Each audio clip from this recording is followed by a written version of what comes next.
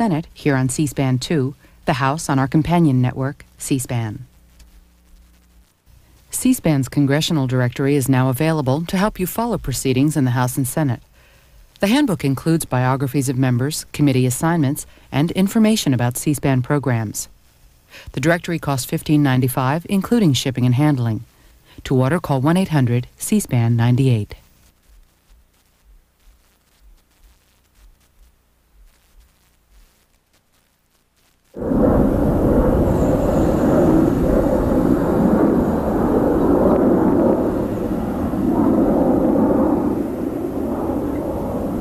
Next, the Coalition on Political Assassinations holds a forum on the assassinations records of Martin Luther King Jr., Robert Kennedy, and President John F. Kennedy. The forum was part of a 3-day conference on disclosure of additional documents concerning all 3 assassinations. This event lasts 40 minutes. My name is Dan Alcorn. I'm on the board of the Coalition on Political Assassinations, an organization that we founded in 1994 to pursue public release of information about the American political assassinations. First, we were very interested in President John F. Kennedy's assassination, and then the assassination of Reverend Martin Luther King Jr. and Senator Robert F. Kennedy, and other political assassinations. In the short time that our organization has been in existence, we've had quite an eventful period. The Congress passed unanimously in 1992 the JFK Assassination Records Act, and that act has been in implementation during this period of time. There's a federal organization called the Assassination Records Review Board, which has had a 2-year life and we believe will be extended by Congress for an additional year so they can continue until September of next year in order to process and release documents about the assassination of President John F. Kennedy. Quite an enormous amount of material has come out through that process. We're talking 250,000 pages released from CIA files, which is the broadest CIA file release at any time in the history of that organization, and dwarfs other releases by that organization.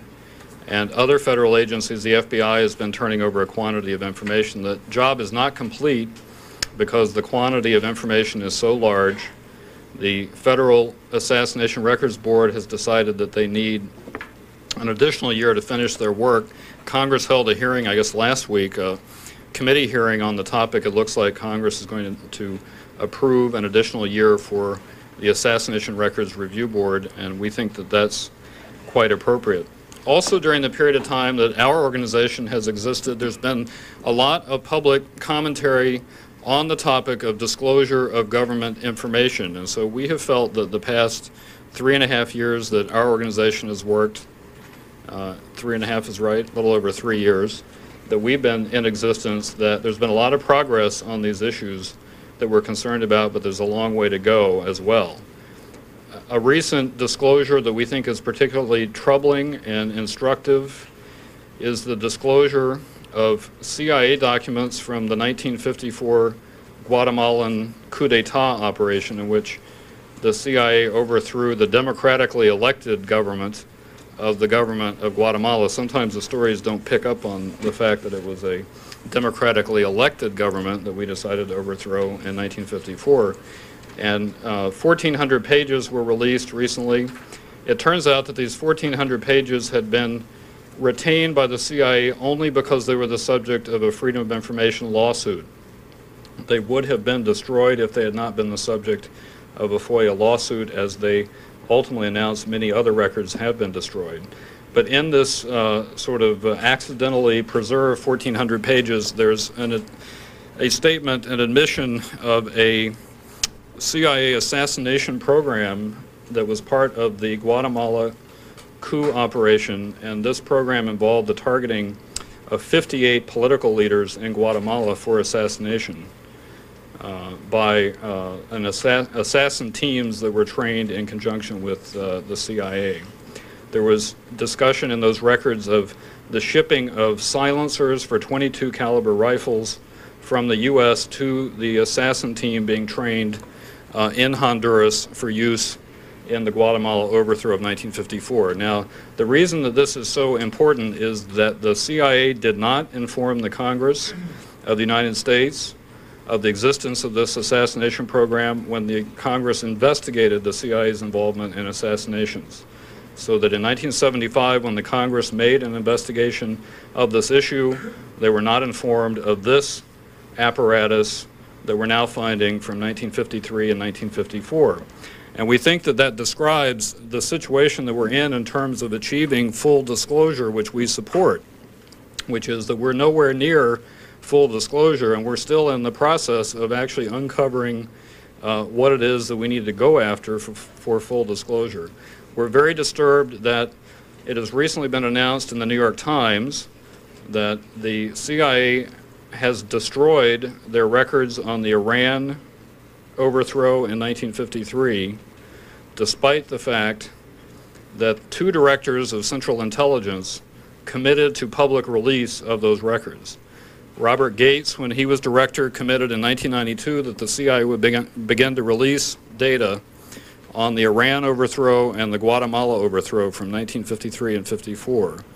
And then when James Woolsey became President Clinton's first CIA director, James Woolsey announced that he would follow through on that commitment and release these documents on those operations. It has now been released. It has been announced 5 years after the commitment that the reason they've never been released is that they were destroyed in the early 1960s, and that in fact there were no documents to release, and that the directors of Central Intelligence who made that commitment were misinformed or uninformed as to what actually existed in the CIA. This prompted Director Woolsey to make what I think is the appropriate statement, which is this is a travesty on the history of our country to have an official of the government go out and make a commitment like that to the American people, that public disclosure is going to be made and openness is going to occur, and then have the records not to exist and allegedly haven't existed since the early 1960s. And this is the kind of uphill fight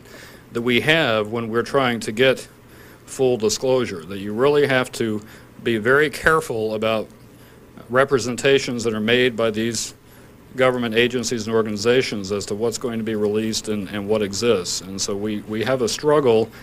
It is an important struggle because what is at stake is what Director of the CIA Woolsey said in the New York Times a couple of weeks ago, which is this is the history of the country that's at stake. That when these records are destroyed, then we have lost part of the truthful history of what our country has done around the world and here at home over that period of time. And so we think that that makes it very important that we keep our work in pushing for public disclosure and for full investigation of the documentary record and try to get as much out as possible. There have been other things that have happened in this time. We had Dr. William Pepper, James Earl Ray's attorney, speak at our conference last year. Many of you attended that session and you heard William Pepper talk about the Martin Luther King assassination then. In the intervening time, obviously the media has picked up on the story and it's become quite a major story around the country. Dr. William Pepper will be back at our conference and will be speaking here tomorrow, I believe. And so Dr. William Pepper will update us on the Martin Luther King case. Finally, and something that I've had some involvement in, there's been a release of information about the FBI crime laboratory and indicating that there have been serious problems in the FBI crime laboratory over an extended period of time, which is something which is not unknown to assassination researchers. In fact, I had first heard of those problems through people who had researched on the assassination cases and told me that the crime lab work didn't look very good in relation to the assassination issues. It turns out that you don't have to take my word for it or the word of the assassination community, but why don't you look at the report of the Inspector General of the U.S. Department of Justice, who found systemic misconduct in the FBI crime laboratories. So we've had some things happen since we founded this organization that we think make the work of our organization and the existence of our organization very important, and very important to trying to get an accurate historical record of this period in our country, this modern period in our country, and that's what we have been working for and will continue to work for. Now I'm going to introduce our program chair for our conference. He's going to speak. Then we'll take questions once we've made the presentations. We'll be happy to take questions from the press. I'm going to call at this point on Wayne Smith, Dr. Wayne Smith. He is the program chair for the conference this year. He's a visiting professor of Latin American Studies at Johns Hopkins University and directs an academic exchange program with the University of Havana. He is also a senior fellow at the Center for International Policy and formerly a senior associate at the Carnegie Endowment for International Peace. He is a member of the Council on Foreign Relations. He served 25 years with the Department of State, assigned to the Soviet Union, Argentina, Brazil, and Cuba, was executive secretary of President Kennedy's Latin American Task Force, and cited as an outstanding Foreign Service officer by its chairman, Mr. Burrell. He was recognized as the Department of State's leading expert on Cuba. He has published extensively, has several books to his credit, including The Russians Aren't Coming, New Soviet Policy in Latin America. Let me call on our program chair, Dr. Wayne Smith. Wayne? Thank you very much, Dan. Let me say that I do not wish to fly under any false flags. I am not one of the researchers looking into the facts of this case. I came to the assassination when I was director of Cuban affairs back in the end of the 70s, and I helped to arrange the trip of the House Select Committee to Havana, and I became interested in the assassination at that point. Started reading about the assassination and was appalled as I got into it to find that the Warren Commission clearly could not have been correct. And so I joined the Coalition on Political Assassinations because I'm very interested and wanted to be helpful, but I am not one of the researchers, and I have not written any books on the assassination itself. I think we have, hi, let's let Sarah McClendon get settled here. Hi, welcome. We have, I think, pulled together a very interesting program this year, and I would urge you all, including members of the press, to come back tomorrow for that 3 to 5 panel on the Martin Luther King assassination when William Pepper will be here, in addition to others, to talk about that particular case. We're also going to have panels tomorrow morning on the history and overview of the JFK assassination. Some speakers will focus on Lee Harvey Oswald, some of the mysteries surrounding him, and on the forensic evidence. Panel 3 and to some extent Panel 5 will be on the forensic evidence, which I would say is the core of the case.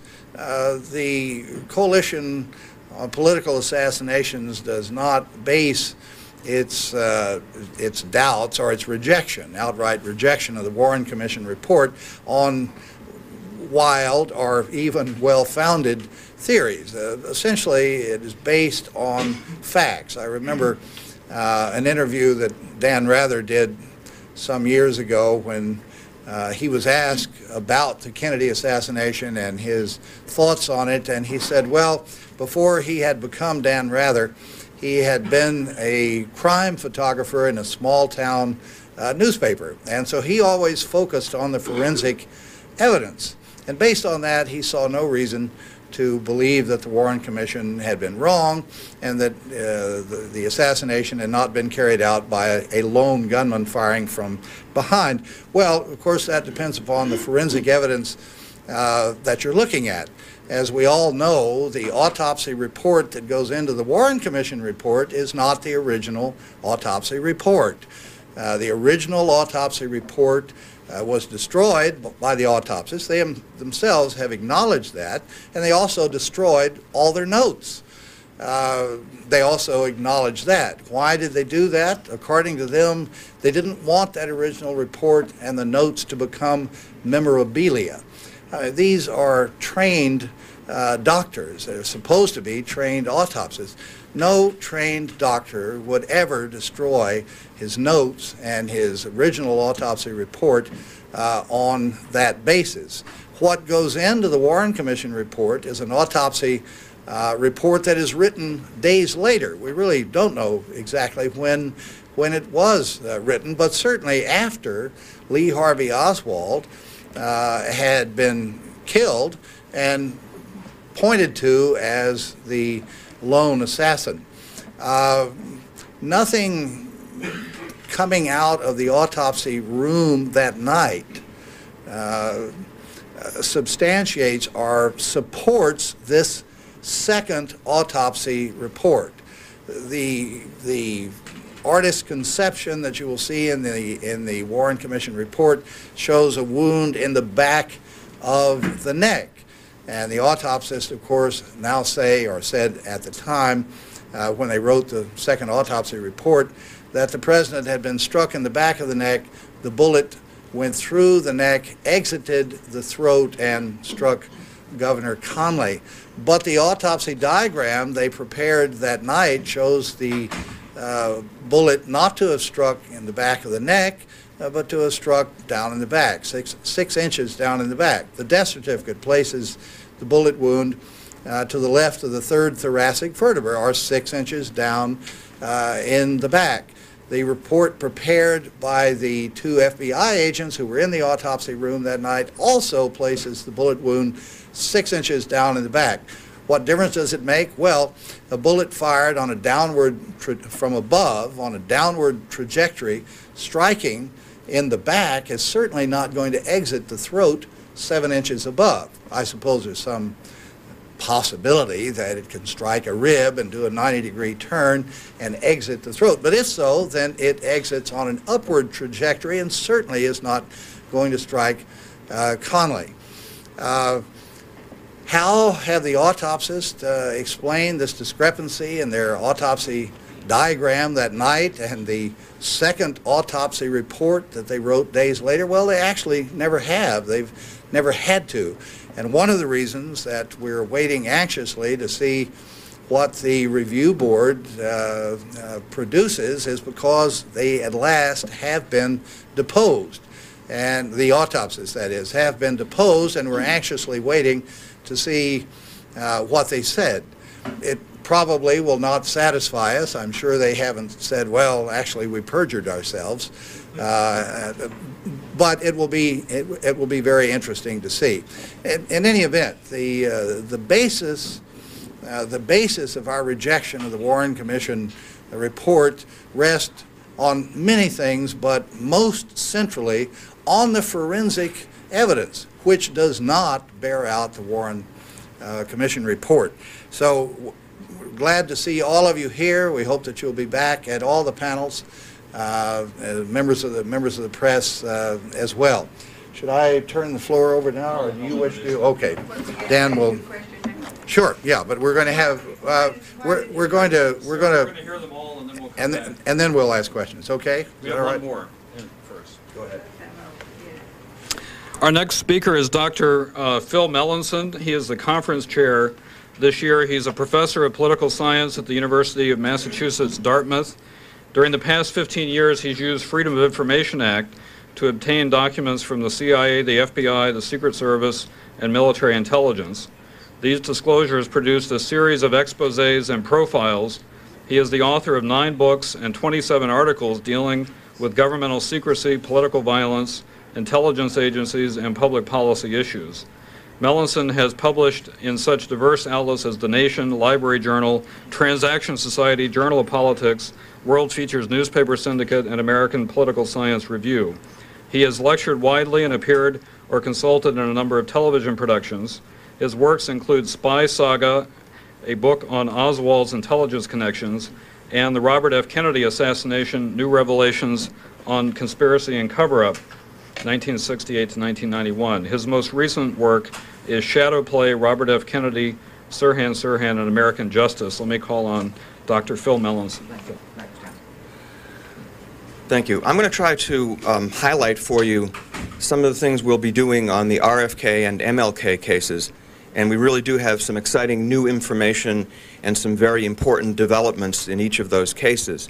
We'll have with us tomorrow Dr. William Pepper, who, as many of you know, is James Earl Ray's lawyer, and the dramatic legal and ballistics evidence results that are going on in that will be talked to by Dr. Pepper. As many of you also know, some results of the rifle testing for the first time have come back. It's not clear to me what that means or what the legal strategies for reopening the case will be from here on, but we'll get to hear that firsthand from James Earl Ray's lawyer. And on Wednesday of next week, there will be a court hearing in Memphis that will solidify or finalize what's going on with the rifle testing. So it's a very important week in the MLK case.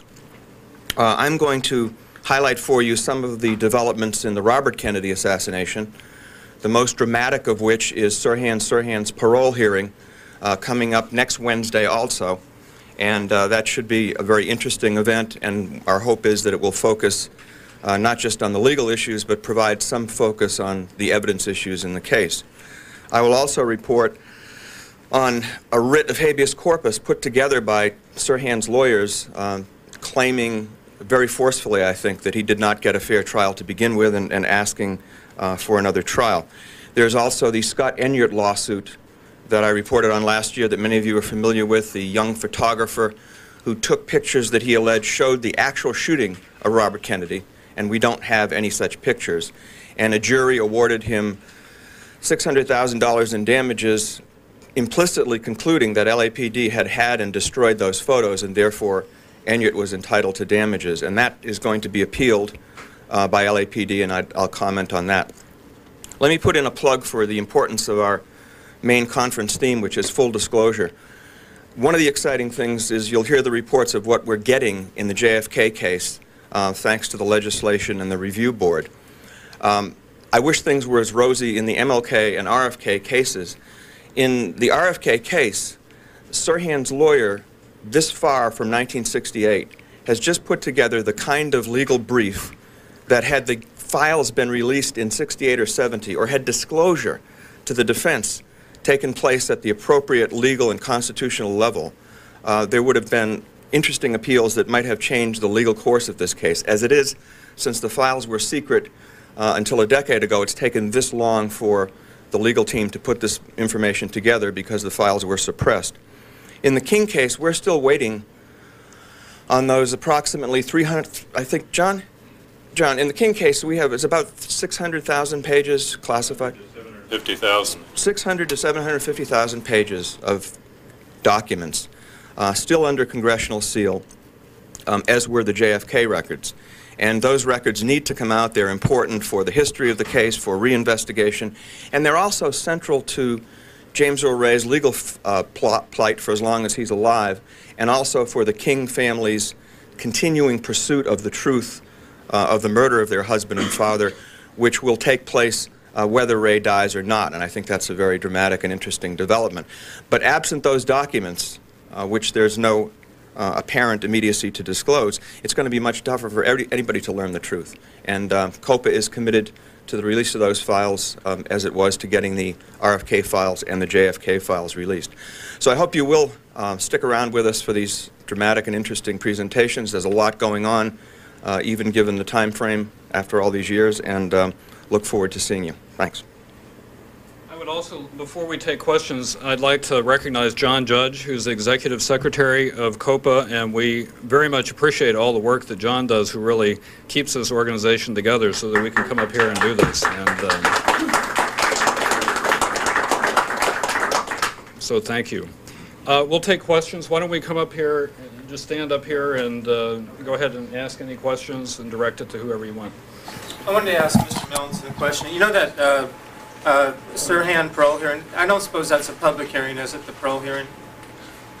The parole hearing is semi-public in that it's a very small room, but my understanding is that Court TV will be allowed to have one camera there. The rest of the press pool will be segregated in a different room, and CBS is going, and there'll be some big cameras there, but a lot of them will have to feed off of Court TV, so it will be public. The public won't be able to get in, though, will they? I think it's very limited access. The part that's not public is the deliberations of the parole board, and I'd have to point out that two Sirhan paroles ago, the parole board said, let's go make our decision. They went into a room that they thought was appropriately locked, but the recorder was on, broadcasting to the press. They told 3 off-color jokes, joked with each other about whether they'd stayed in the room long enough, and came out and gave their verdict. So the deliberations won't be public, but the event should be. Is it going to be in L.A.? Or? No, it's at Corcoran State Prison in Corcoran, California, about 100 miles north of L.A. That's in the prison where Sirhan resides. That's really full disclosure, isn't it, to have that? Other questions? Yeah. Mr. Alcorn, can you talk a little bit about what other information there may be out there as it relates to James Earl Ray, other than the bullet in testing? Because it's obvious that they're going to need more than just a bullet to reopen this case. Right, and I'm going to let Phil talk on that too, but I think it's almost important that you not focus so much on the bullet, because there's a tremendous amount of other material and information in that case that needs to be looked at. The book that William Pepper wrote called Orders to Kill is really where you need to go to look, because he's put together a tremendous amount of information, and the ballistics is only the one piece of it, but what he's put together is that we knew that there was U.S. Army surveillance on King until the day before the assassination, because the Memphis Commercial Appeal newspaper reported that in an expose 3 or 4 years ago. But what William Pepper has done is take it beyond that. He has confirmed, got in touch with the surveillance team members through the reporter for the Memphis newspaper, and they say, well, yes, they were also there on the day of the assassination. More than that, they were there on the day of the assassination. The U.S. Army Military Intelligence Team, he says, photographed the assassination at that time. They were taking photographs of King, surveillance photographs, and photograph the entire event. And I think it's much more crucial to understanding who did the shooting to try to find those photographs or any records of those photographs than to rely entirely just on the bullet, because the photographs are going to give you exactly what happened. There's a lot more information in Orders to Kill, but I can tell you that if such surveillance was there and took those photographs, the U.S. government should cough that up immediately. I mean, that is the most relevant information that you can ever imagine about that crime. And the fact that we know they were there the day before, and they had surveillance on King for a period of months. They were surveilling him everywhere he went. They bugged his hotel rooms. They put him in the hotel rooms where they wanted him to stay that had the bugs inserted. They made arrangements with the hotels, and they had wiretapping on the telephones, and they had photo surveillance. And I really think the best way to understand that event is to have them divulge all the surveillance they have. Phil, do you have? Now, what authority do they not divulge that? Well, there is no authority for them to do that, and in fact, if William Pepper says that the photographs show someone else shooting King, that they show a rifle extending from the bushes outside the back of the rooming house in the restaurant. If the surveillance photographs do in fact show that, then that is evidence that Ray is not guilty, and under the constitutional standard of Brady versus Maryland U.S. Supreme Court case, that should have been produced before his trial at any pendency between now, and it should be produced today under the law in the United States, because if the U.S. government has proof that someone's not guilty of a crime, the law in this country requires them to produce it pronto with no complaining. Now, if the information, it's conceivable that the information may have existed at one time and been destroyed, that's, you know, a different situation, and we might try to reconstruct what it is, but I have a feeling that there's still some of that information in the files. Yeah, I'd like to emphasize that Ray's lawyer, Mr. Pepper, did not go after the ballistics test because he thought it was the litmus test of guilt or innocence, the most important thing to do. He went after it because it was the only legal avenue available to him at that time under Tennessee statute, and he wasn't going to get a trial full-blown. The case against Ray would not be proved strong by the match of that bullet to the rifle. It is very, very weak, and I would guarantee that any reasonable jury looking for reasonable doubt, if they were presented with the absence of eyewitnesses, the absence of fingerprints where they should be, the presence of other suspects at the crime scene, and the very weak time and motion attributed to James Earl Ray by the government, that I don't think there's much doubt that they would find that there was reasonable doubt in his case. Secondly, the other part of this is who did it if James Earl Ray didn't. And we're not talking about non-existent witnesses or suspects. Bill Pepper presents a list in his book. I present an implicit list in my book. They overlap a little bit. They diverge a lot. The point is, if you want to bring people in under oath who might be suspects or are suspects and might have been involved or who might know who was involved, you can do that, and it could be a lengthy and very productive process. So we're not just talking about candelures and matches here. The bullet test is important, but it's only the tip of the iceberg in the truth of the King case. The Raoul character that Mr. Ray continues to says was acting in cohorts with him. Your speculation on who this Raoul person might be?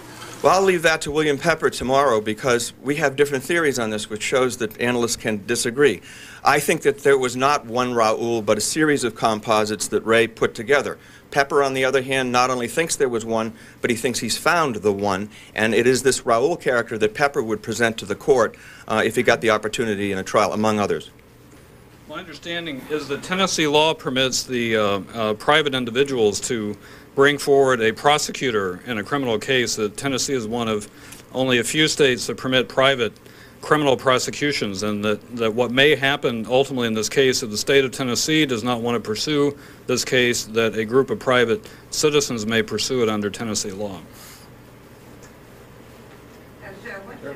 What's the reason for that, for them to destroy the original autopsy on Kennedy? Well, I think the reason is because the original autopsy report would show that the bullet struck in the back and couldn't possibly have exited the throat. The FBI agents who were in the room that night wrote a report on this, and they describe one of the autopsists as probing the back wound and finding it was only about a finger deep. It was a very light wound. And there not being a bullet, he not having discovered a bullet, he speculated, well, I wonder what happened to the bullet. During the autopsy, word came from Dallas that they had found a bullet on a stretcher. And the autopsist then said, well, that must be the bullet from the back wound. It worked itself out of the wound while they were working on him in Dallas. They did not examine the wound in the throat at all. They thought that was simply the result of a tracheotomy. They didn't even look at it. And yet, a couple of days later, you have the autopsist saying that it went in the back of the neck and exited the throat. The same bullet that that night they said must have worked itself out of the back wound. So if the original autopsy report had gone in, it would have indicated that the wound was in the back, as their autopsy diagram showed, could not possibly have exited the throat, and therefore could not possibly have caused the wounds to Governor Conley. And yet the wounds to Governor Conley were real, they were there, which means that there had to be another shooter firing from the rear to have caused those wounds. And if the wound in the throat is not a wound of exit, then it's most likely a wound of entry, which leaves you with a question as to what happened to the bullet. But given that they performed a tracheotomy and so forth, that is something that could perhaps be explained. But the original autopsy report is destroyed because you couldn't have had the single gunman firing from the rear theory put forward. But following up on the Raoul question, isn't there some indication that the House Select Committee on Assassinations located or had knew about the whereabouts of Raoul and hid this information? That's been suggested. Let me say that it's known that there's a lot of information on some of the people that we regard as suspects that is in House committee files. Sometimes they looked at people closer than they admitted in their final report. Sometimes they looked at them not hardly at all, but there's material there that didn't end up in their final report. So we really need that record to sort all that out. Phil Melanson, I saw on CNN Headline News last night a story that they said the defense team for James Earl Ray is requesting additional tests on the bullet and the rifle, saying that they weren't happy with the results so far. Now, as far as I know, those results have not been made public, but would this be some kind of a leak? or preemptive strike to like discredit if there is positive proof that the bullet does not match the rifle? You can ask William Pepper tomorrow what his theory on that is, because the real legal word, the definitive word, will not come until Wednesday. How that story got out there, I don't know. And but you see it?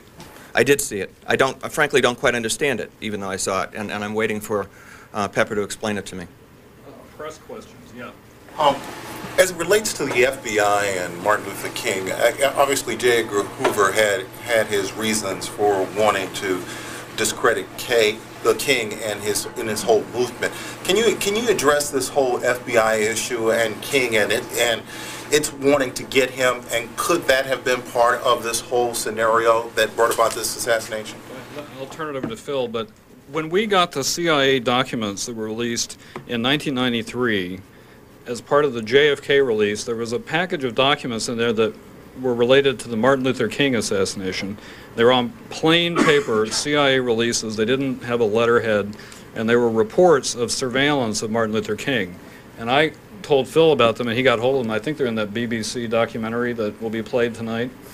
There's discussion of it. But reading these surveillance reports of King are a harrowing experience to read even now, because what was happening was that both the FBI and the CIA were focused on King in the spring of 1968 as being a threat to national security of the United States, because they were receiving informant reports from an informant that had been planted in his entourage, a fellow who turns out to be quite unreliable because he has a distinct political viewpoint, which he now admits he was embellishing the reports that were being provided to these government agencies to give basically his opinion, his personal opinion.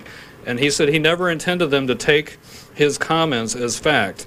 But you can tell from the reports that not only did they take them as fact, they circulated them between the FBI and the CIA. And I'll tell you what the guy was saying. What the guy was saying to them was that Martin Luther King is an agent of Peking, now known as Beijing, but then they spelled it Peking, and that his movement is being controlled by Peking, all right, communist China. If you talk to that guy today, he says, well, that was my opinion, you know, just watching what he did, that was what I thought was going on. I didn't mean them to take that literally, you know, that was just my political perspective. Well, you can see from these surveillance reports and the internal memoranda, they took it very seriously, and they were very concerned in the spring of 1968 that Martin Luther King was going to lead a movement to Washington called the Poor People's March. It was going to be a follow-on to the march in '63. This was going to be the Poor People's March, and they were saying they were going to come to Washington in order to raise the issue of poverty in the United States. And it's clear that the security agencies saw that as a threat in the summer of 1968 to the functioning of the government in Washington, and saw it as an attempt to disrupt the functions of government. They went so far as they had informants in church groups, and they were getting informant reports from the church groups about how the King movement was asking for churches in the Washington area to help put up these people who were organizing this march, and the CIA was getting reports about how, and actually asked one of the church boards to have a dispute over whether to help the march. And I have to give credit to the Unitarian Church in Arlington. They voted 7-1 to help the march, you know, and the CIA point of view was outvoted 7-1.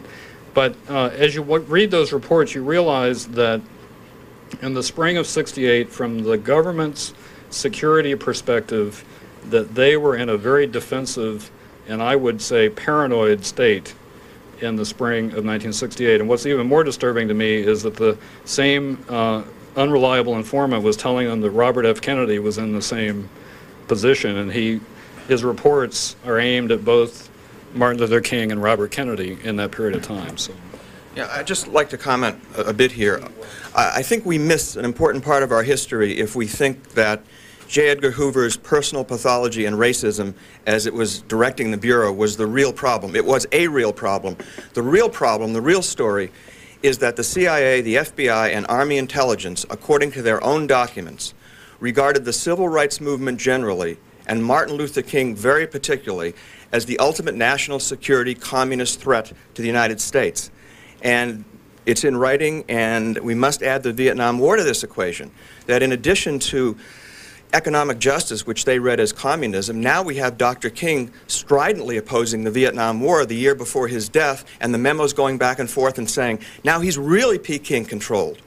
Look what he's saying now. They've really got his buttons, and this is dangerous to our national security. So you had a panic situation in which, independently but feeding off of each other, these three powerful intelligence agencies were zeroing in on Martin Luther King, and we know that two of them were there at the crime scene. And if the CIA wasn't joining the trilogy, I would be very, very surprised. So they may hold the key to the truth of this matter more than any of the witnesses. Do you think when King repudiated the Vietnam War, do you think that may have tipped the scale?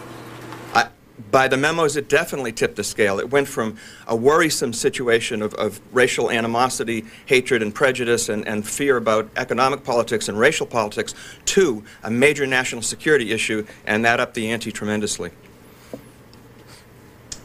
Any other questions? Any follow-ups? All right. If not, thank you very much. We appreciate it. We have people here who have additional information about the conference if you would like it, so feel free to ask. Okay.